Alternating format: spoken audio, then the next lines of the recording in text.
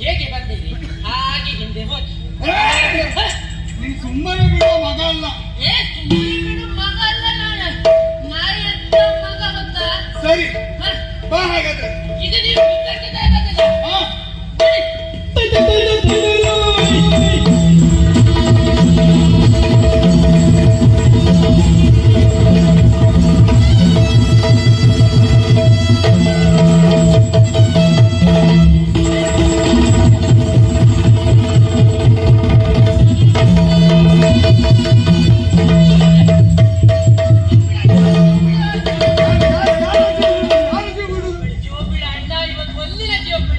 ಯಾರ ಜೀವ ಯಾರು ಬಿಡುದು?